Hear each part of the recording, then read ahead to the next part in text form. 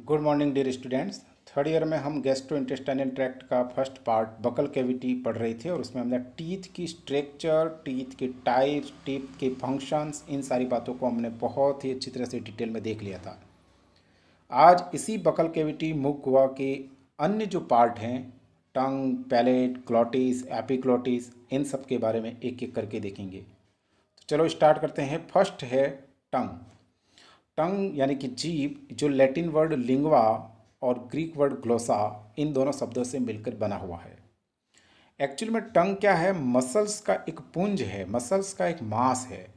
और वो भी कौन से मसल्स? स्केलेटन मसल्स का, जो कि म्यूकस मेम्ब्रेन से आवृत रहता है।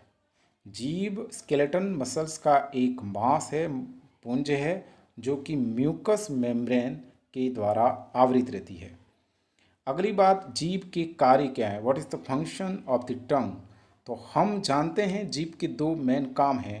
पहला स्वाद को महसूस करना यानी टेस्ट, और दूसरा बोलना यानी स्पीच। ये दो मेन काम है। एक्चुअल में जो आवाज़ है, वॉइस है, वो तो लैरिंग से निकलती है, स्वरित्र से निकलती है। लेकिन जो शब्द हैं, शब्दों की बनावट है, वो आपके जीभ पर निर्भर करती है। ठीक है। तो बोलने में और स्वाद को महसूस करने में जीभ की सबसे बड़ी भूमिका होती है। इसके बाद भोजन को चबाने में, भोजन के चबाने का काम दांत करते हैं, लेकिन दांतों के बीच में भोजन को ले जाना, उनमें से वापस निकालना, लार मिलाना, उसका मैनिपुलेशन करना, कुल मिलाकर के मुंह में जो भोजन चबाने की प्रक्रिया हो रही है, उसमें जो मैनिपुलेशन की प्रक्रिया हो रही है और उसमें जो चबाने का काम हो रहा है, वो जीभ का होता है। ठीक है। इसके बाद चबाए हुए भोजन को निगलना, ये भी जीभ का काम है। इसके बाद में कई चीज़ों को हम चूसते हैं, तो चूसने का काम भी, जैसे कोई सकिंग टैबलेट्स वगैरह लेते हैं हम, तो वो चूसने का काम भी जीभ करती है। इसके बाद में कई सारे केमिकल जैसे म्यूकस वगैरह, उनकी श्रावण में, उनकी सिक्रेशन में भी जीभ की बहुत बड़ी भूमिका होती है। इसके बाद आपकी जो ओरल कैविटी होती है, उसके हेल्थ को, उसके हाइजीन को मेंटेन रखने का काम भी जीभ का होता है। नेक्स्ट, जबड़ों के निर्माण में, जबड़ों के डेवलपमेंट में भी, जा के डेवलपमेंट में भी जीभ की प्रमुख भूमिका होती है। अगला फंक्शन है थर्मल रेगुलेशन। शरीर के तापमान को नियमित करने में, कंट्रोल करने में भी जीभ की बहुत बड़ी भूमिका होती है। वैसे तो हम जानते हैं कि थर्मो रेगुलेशन हाइपोथैलेमस के द्वारा होता है, लेकिन जीभ भी उसमें आर्टिफिशियली भूमिका निभा सकती है। जैसे आपने कई बार कुत्तों को गर्मी के दिनों में अपनी जीभ को बाहर निकाले हुए, लार टपकाते हुए देखा होगा और हाँफते हुए देखा होगा। एक्चुअल में वो अपने बॉडी के टेम्परेचर को बहुत ज़्यादा गर्मी होने की वजह से रेगुलेट करने के लिए इस तरीके की प्रक्रिया करते हैं। तो थर्मल रेगुलेशन में भी जीभ का बहुत बड़ी भूमिका होती है। Now the next point, diagnosis of diseases.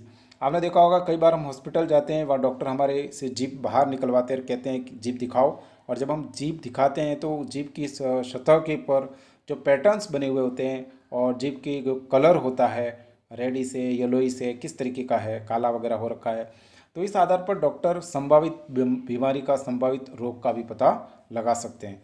तो इन दिस वे ये जीभ के सभी बहुत महत्वपूर्ण काम हो गए। पहला स्वाद को महसूस करना, दूसरा बोलना, तीसरा निगलना, आपके ओरल कैविटी का स्वास्थ्य मेंटेन रखना, कई सारे केमिकलों का सिक्रेशन करना, चूसना, चबाना, जबड़ों के डेवलपमेंट में, तापमान के नियमन में और बीमारियों के निदान में जीभ की महत्वपूर्ण भूमिका होती है।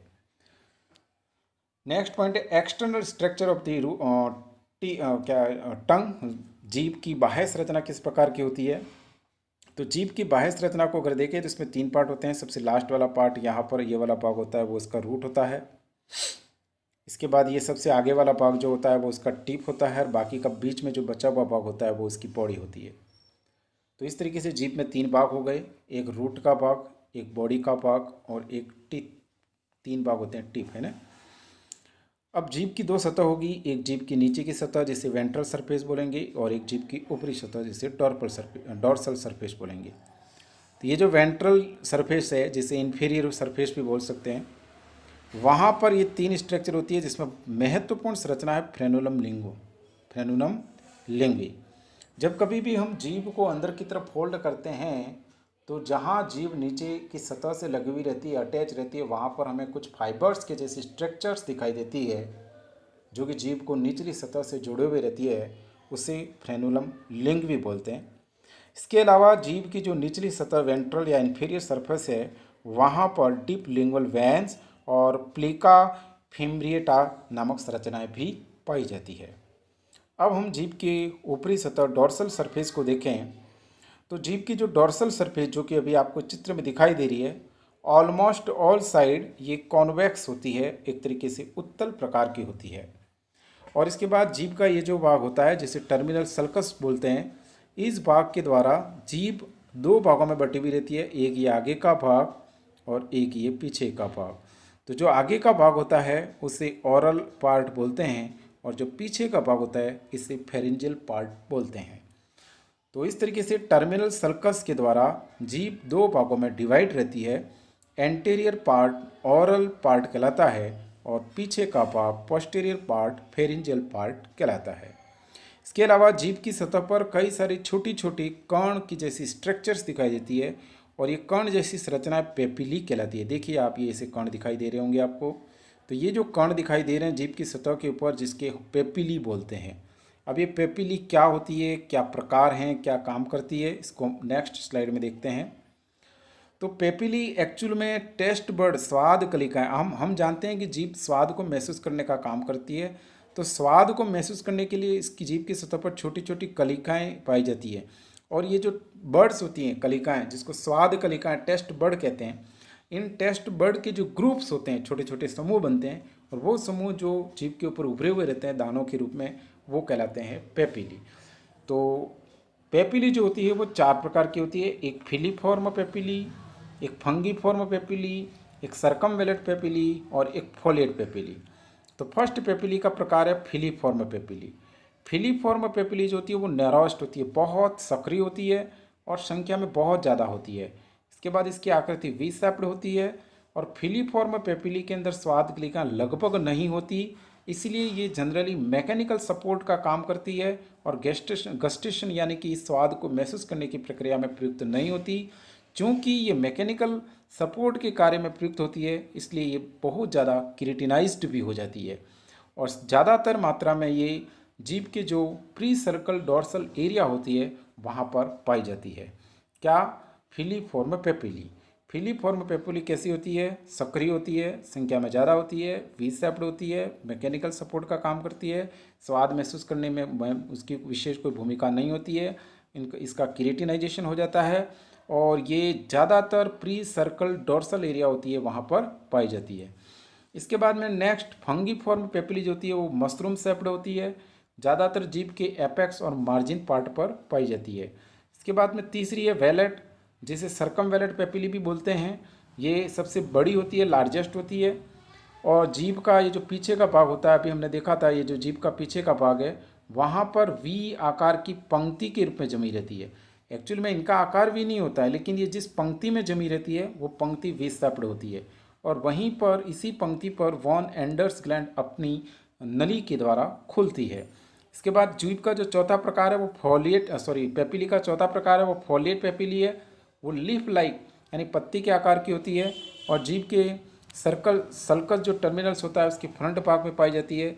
खरगोश आदि जो प्राणी होते हैं उनमें ये पेपिली काफ़ी डेवलप होती है लेकिन मानव में ये पेपिली इतनी ज़्यादा विकसित नहीं होती है, रूडिमेंट्री प्रकार की होती है।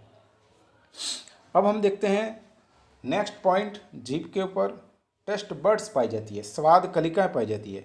अभी हमने देखा था ये जो स्वाद कलिकाएँ ग्रुप्स में पाई जाती है, हजारों की संख्या में ग्रुप मिलकर के ग्रुप्स बनाती है और ये जो ग्रुप्स होते हैं वो पेपिली कहलाते हैं, जो जीभ की सतह पर दानों के रूप में उभरी रहती है। ये दाने कैसे दिखाई देते हैं वो भी मैंने बताया था, वी शेप में, है ना, इस तरीके से। तो इनके नाम थे भी हमने देख लिए हैं कि फिलीफॉर्म, फंगीफॉर्म, वेलेट, सर्कमवेलेट, फोलेट वगैरह। ठीक, अब हमारा अगला पॉइंट है taste bud. Taste bud actual में एक सेंसरी रिसेप्टर होते हैं जो स्वाद को महसूस करने का काम करते हैं।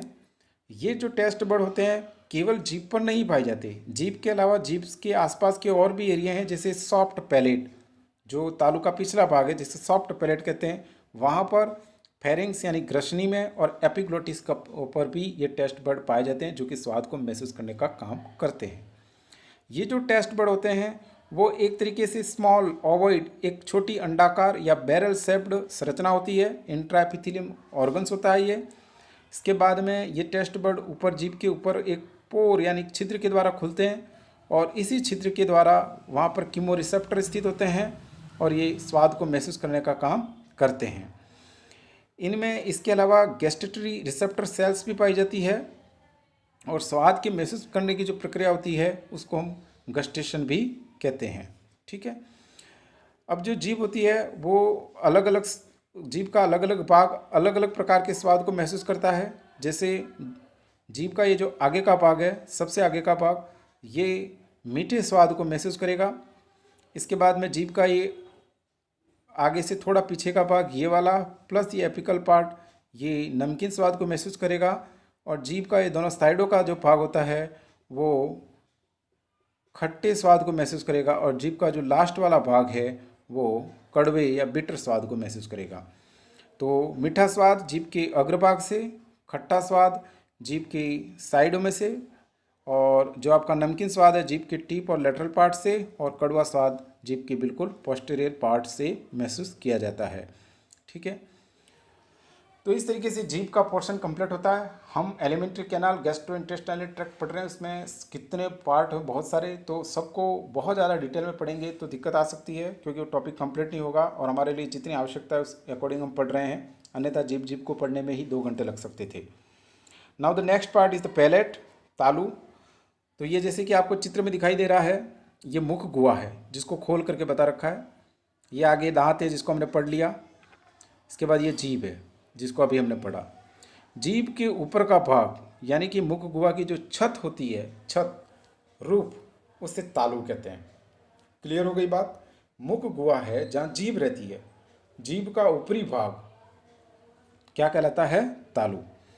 ये जो तालू होता है वो आपकी जो ऑरल कैविटी है, मुख गुहा को पीछे एक और कैविटी होती है जहाँ नासारंध्र खुलते हैं, इसको नेजल कैविटी बोलते हैं। तो ये मुख गुहा और नासाक जो कैविटी मतलब नासा गुहा, नेजल कैविटी, इन दोनों को पृथक करने का काम करती है, दोनों के बीच में मैकेनिकल बैरियर बनाने का काम करती है। कौन? पैलेट। इसके बाद ये जो पैलेट होता है, आप अपनी जीभ को अपने तालू के ऊपर घुमाओ, पता लगेगा कि आगे का जो भाग है तालू का वो काफ़ी हार्ड है, काफ़ी कठोर है, और तालू का जो पीछे का भाग है वो काफ़ी कोमल है, सॉफ्ट है। तो इस तरीके से ये जो तालू है वो 2 भागों में बटा रहता है। तालू का अग्रभाग anterior portion is highly hard, bony hard part है, और तालू का जो पोस्टीरियर पीछे का भाग है वो फ्लैसी सॉफ्ट है। क्लियर है? जीभ घुमा करके देखो, आप फील कर सकते हो इस चीज़ को। इसके बाद जो हार्ड पार्ट है जीभ तालू का, वहाँ पर आप जीभ घुमा करके महसूस करोगे, पता लगेगा कि कुछ उभार हैं, कुछ रीड्स बनी हुई हैं। ये जो आड़ी रीड्स बनी हुई है तालू के हार्ड पार्ट मतलब कठोर भाग पर, इसको बोलते हैं पैलेटाइन रीड्स। और ये पैलेटाइन रीड्स जो होती है वो मांसाहारी कार्निवोरस जो प्राणी होते हैं उनमें ज़्यादा डेवलप होती है। ये उनमें निगले हुए शिकार को बाहर रोकने का काम करती है, जिसको पैलेटाइन रीड्स बोलते हैं। नेक्स्ट, ये तालू क्या काम करता है? What is the function of this palate? तो तालू का एक और एक मुख्य काम यही है कि जो कोई भी भोजन हम ग्रहण करें वो भोजन आगे एलिमेंट्री कैनाल के जो फर्दर पार्ट है, ग्रसनी वगैरह, उसमें जाए, रिटर्न आपकी नासा गुहा में यानी कि नाक में वापस नहीं आए। यानी हमारे द्वारा ग्रहण किया गया भोजन या पानी वो आगे की एलिमेंट्री कैनाल के पार्ट में जाए, वो नाक में नहीं जाए, नेजल कैविटी में नहीं जाए, उसको रोकने का काम, इसके बीच में एक मैकेनिकल बैरियर बनने का काम तालू करता है। ठीक है। एक मतलब क्लैप्ट तालू जो होता है उसमें दिक्कतें आती है, वहाँ पर इस तरीके से पृथक्करण नहीं हो पाता है। अगला पॉइंट है तालू के बाद बकल कैविटी का ग्लॉटिस एंड एपिग्लॉटिस। तो जैसे आप चित्र में देख रहे होंगे, ये आपका बकल कैविटी का पोर्शन है। इस बकल कैविटी पोर्शन के अंतर्गत यहाँ से यहाँ तक का ये जो भाग है उसको बोलते हैं लैरिंग्स, जो गुलाबी गुलाबी कलर का दिखाई दे रहा है। इस लैरिंग्स का ये जो पार्ट है ये कहलाता है ग्लॉटिस, और इसके ऊपर ये जो पल्ला लटक रहा है ऊपर से, फ्लैप्स, ये कहलाता है एपिग्लॉटिस। ये ग्लॉटिस है और ये एपिग्लॉटिस है।